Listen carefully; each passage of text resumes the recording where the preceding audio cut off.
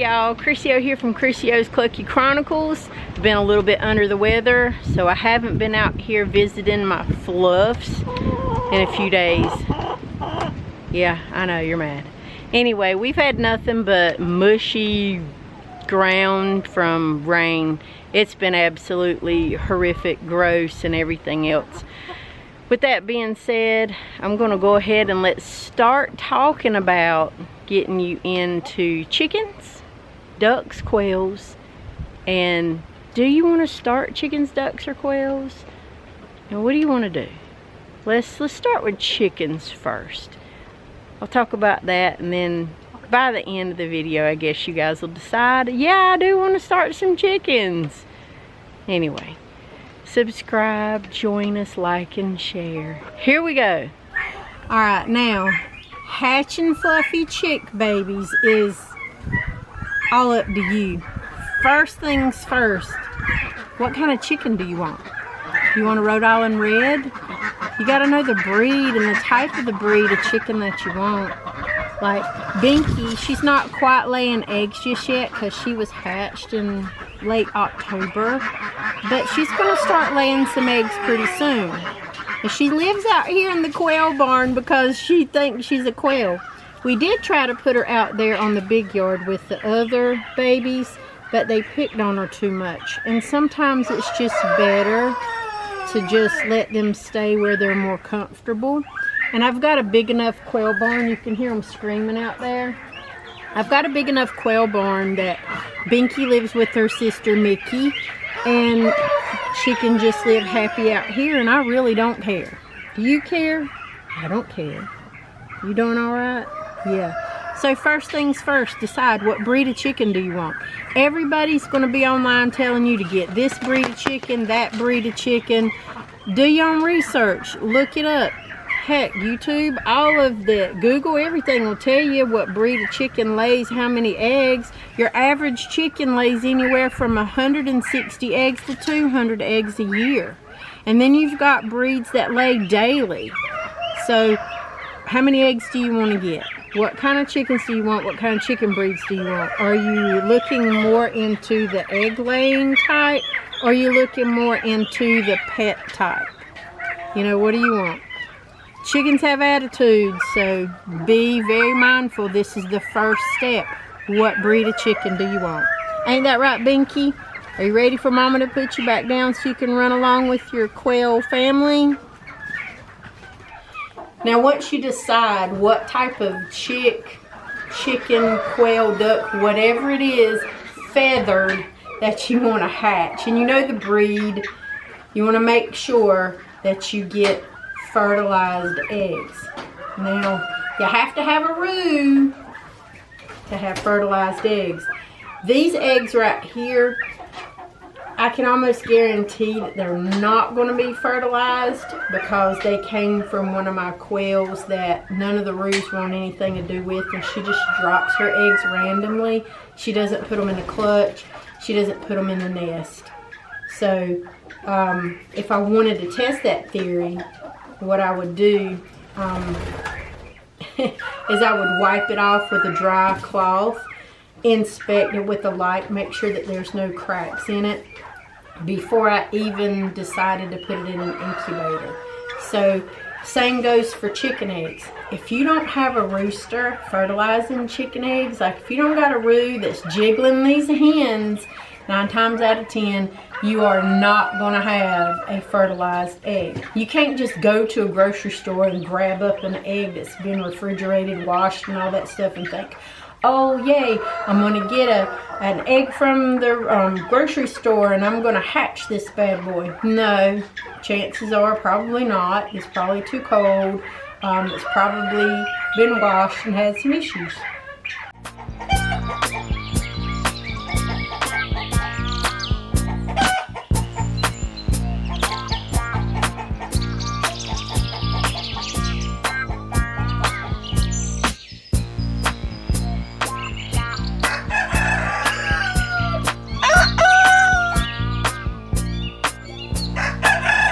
You've decided on the breed of chicken that you want. You know you got to have a fertilized egg. let's forget the fact that I've got quails and ducks. I just have to show them just because I love them so much.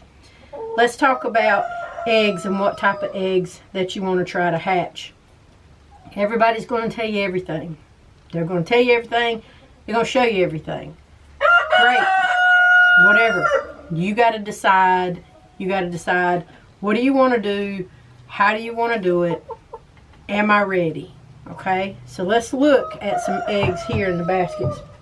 So if I'm looking, we'll look at this egg right here, these eggs here. Because it's been raining and muddy, with these eggs, I know pretty much that the majority of mine are going to be fertilized. And you want to handle them kind of careful.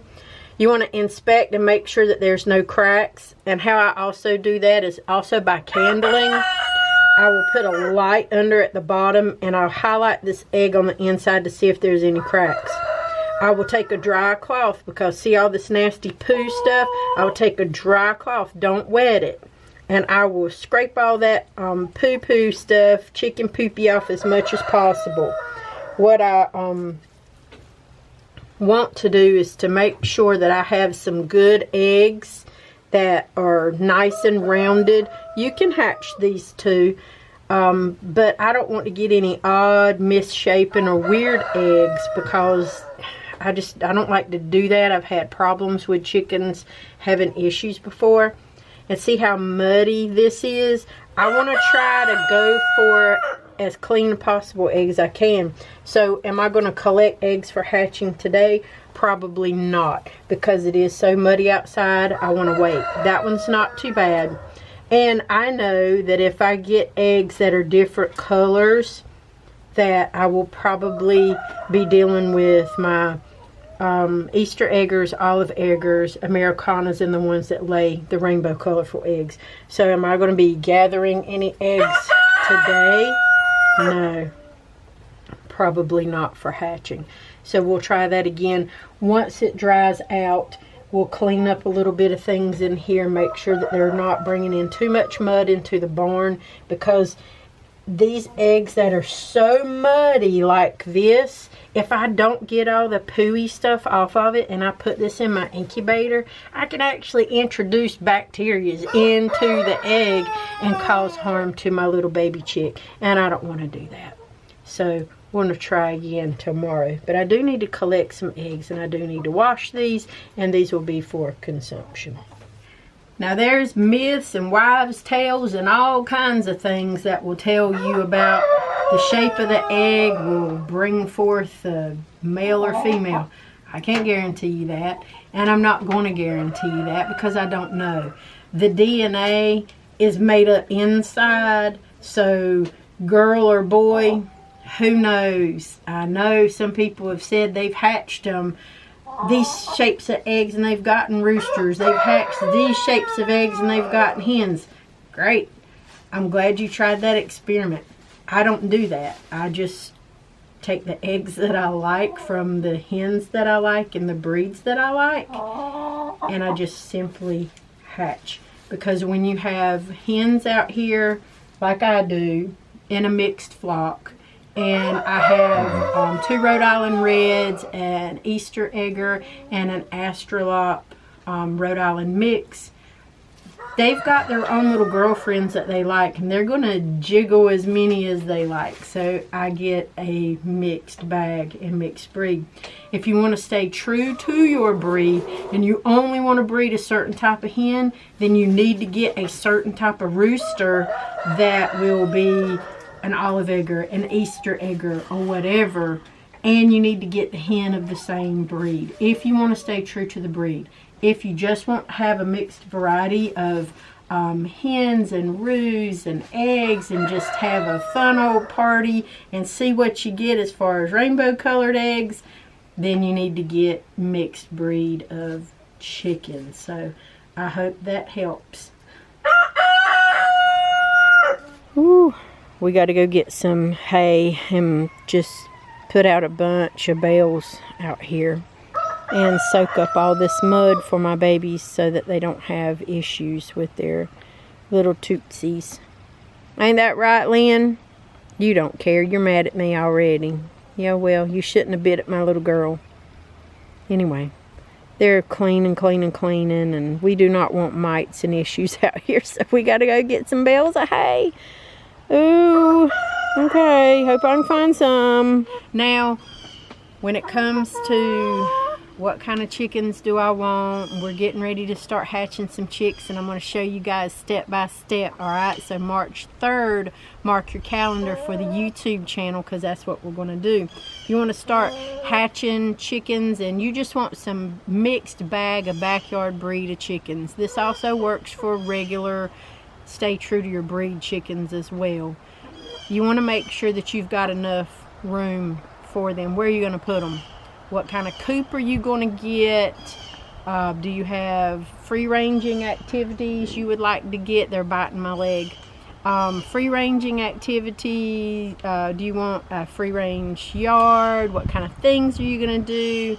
Barn, no barn, what, you know, can you have chickens? Because some ordinances, if you live in a housing development and you have HOA strict rules, you get a rooster and you fall in love with that rooster. The first time that rooster crows, and crazy neighbor next door is going to turn you in. So you got to be mindful of all these things. What type of yard do you have? What kind of room do you have? Do you have room to put up, like, pan over here and show this? So do you have room to put like a little chicken run, a little fence up like this right here? If you have enough room, then that's great, do it. If you have the space to have your chickens and you want a dedicated place, you're either going to need a coop or a chicken run, something, or a little barn. You're going to need something for your chickens. You're also going to have to provide them with nesting boxes, nesting material, those types of things. I have plenty of YouTube videos and things like that. Now, as far as nesting material, you guys know that I like to use the pine bedding, and I get my pine bedding from Tractor Supply. It's been pretty reliable all of these years. I know there's other people that like to use sand. There's other people that like to use pellets. Use whatever it is that you want to use. I'm just saying that for me, I prefer to use the Tractor Supply chunky bedding, not the fine bedding, but the chunky bedding. But you can use whatever you want to use. There's no shame in this game. We're all in it here to do the best we can for our chickens. So make sure that you got yard space, a coop space, that you've got a place for your chickens. You don't want them to be bored. They got to have activities. Literally, they got to have a lot of things that they have to do. So make sure you meet the criteria for being able to have chickens. And if you don't think hens are loud, they're just as loud as roosters. They just may not crow as loud. Now be mindful too, because if you look at this yard, and it is so ridiculously extremely muddy and slick out here, and it's not because we haven't treated this yard and put stuff out here. It's because we're in the middle of just rainy, yucky, cold season, and today is an off day for us because it's like literally 50 degrees, so I'm able to come out here. They are completely soaked and wet, and they're all up under there. I've got to get them some fresh, clean dirt to be able to have their sand baths or dirt baths in, because they have to have dry places and dry things. So you got to make sure, can your yard handle it? Because when I tell you, any bit of grass that grows anywhere out here, it is gone. These chickens will obliterate anything and everything. That's what they do. And I'm actually in the process right now of looking at getting me some different structures, like that big run structure, and having some things mobile where I can put them in the front of the yard mobily and just move them around. Almost like a chicken tractor, where I can pick it up and move it around just for them, because it is absolutely miserable out here when it rains. It is completely Oh gosh, it's just so terrible out here. So you want to make sure that whatever you have the space, you have the availability, you can have chickens where you live, and just go for it. Absolutely go for it. And it doesn't matter if you free range or you coop, if you put them in a run or a pen. This is open right here. This is an open free range fenced in yard. We use the black crows right up here to prevent hawks. You'll hear the hawks, but they don't come around. And plus we have farm dogs too that we use. So there you go. So I have a podcast show out on basically the basics of chicken raising and having chickens. It's 101. Alright, so go check that out on ChrisioShow.com. It's on the homepage and it's also on the podcast page, and it is free.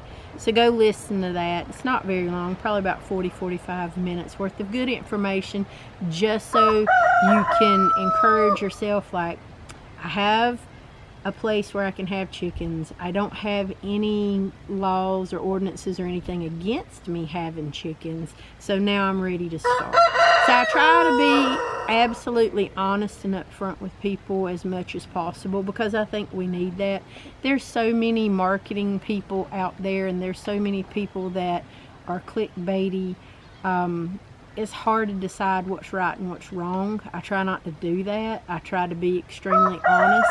And there's a lot of good pages that I follow, and a lot of good farm pages, homestead pages, and farmstead pages that I'm friends with that I also follow. So you're going to get better information from local people and from people who are homesteaders and farmsteaders, because like myself, we've been there, done that, and we know how this whole thing works. So, and we've been doing it for years. So there you go.